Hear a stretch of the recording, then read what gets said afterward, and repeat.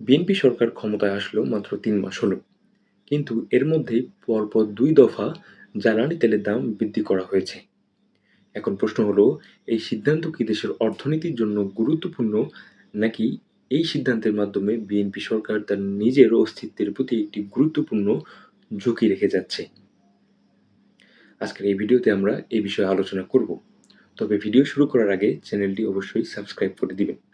কিন্তু আপনি যদি রাজাকারের নাতিপুতি হয়ে থাকেন তাহলে সাবস্ক্রাইব করার দরকার নেই।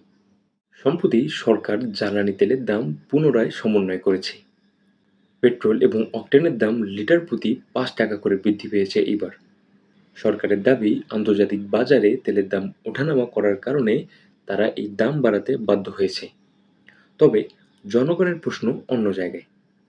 জনগণ প্রশ্ন করছে, ক্ষমতায় আসার এত অল্প দিনের মধ্যেই কেন বারবার তেলের দাম বাড়ানো হচ্ছে? এতে কি তারেক রহমানের জনপ্রিয়তায় একটু ভাটা পড়বে?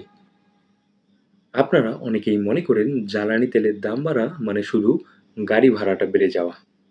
কিন্তু এটি সম্পূর্ণ ভুল ধারণা। কারণ একটা দেশের অর্থনীতির প্রতিটি খাত কোনো না কোনোভাবে এই জ্বালানি তেলের উপর নির্ভরশীল।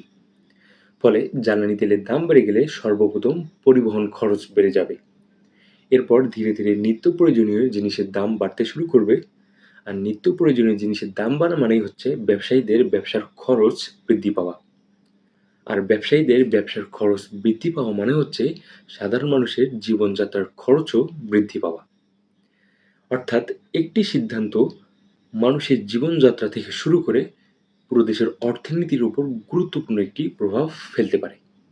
এখন আসুন একটু ইতিহাস ঘেঁটে দেখি। ইতিহাসে জ্বালানি তেলের দাম বাড়ানোর কারণে কি কি ঘটেছিল একটু খোঁজ নিয়ে দেখি। বেশি দূর যেতে হবে না।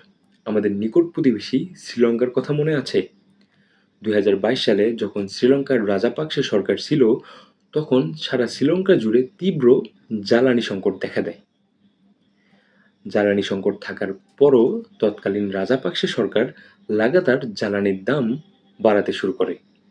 এর প্রতিবাদে বিক্ষুব্ধ জনতা রাস্তায় নেমে পড়ে এবং তীব্র আন্দোলন শুরু করে। এই আন্দোলনের এক পর্যায়ে রাজাপাকসে সরকার দেশ ছেড়ে পালাতে বাধ্য হয়। শুধু শ্রীলঙ্কা নয়, কাজাখস্তান, ইকুয়েডরের মতো দেশগুলোতেও জ্বালানি তেলের দাম বাড়ানোর কারণে সরকারকে অনেক বড় আন্দোলনের মুখে পড়তে হয়। বিএনপি সরকারের জন্য সবচেয়ে বড় চ্যালেঞ্জ এই জায়গাতেই। যদি আগামী কয়েক মাসে বাজার দর নিয়ন্ত্রণে থাকে, তাহলে হয়তো জনগণ এই সিদ্ধান্তকে মেনে নেবে। কিন্তু যদি তেলের দাম বাড়ার পাশাপাশি নিত্যপণ্যের দামও বাড়তে থাকে, তাহলে সরকারের উপর একটা রাজনৈতিক চাপ সৃষ্টি হবে। কারণ দিন শেষে সাধারণ মানুষ সবচেয়ে বেশি গুরুত্ব দেয় তার নিজের পকেটের অবস্থাকে।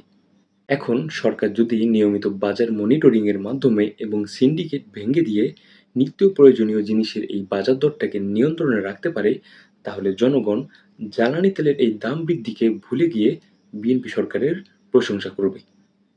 এখন আপনার কাছে একটা প্রশ্ন। সরকারের মাত্র ৩ মাসের মাথায় পরপর ২ ধাপে জ্বালানি তেলের দাম বৃদ্ধির এই বিষয়টি আপনি কিভাবে দেখছেন? এই সিদ্ধান্তটি কি আদৌ যৌক্তিক, নাকি এর পেছনে রয়েছে অন্য কোনো কারণ?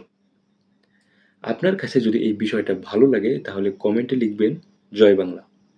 আর যদি বিষয়টি খারাপ লাগে তাহলে কমেন্টে লিখবেন রাজাকার। দেখা হবে পরবর্তী ভিডিওতে।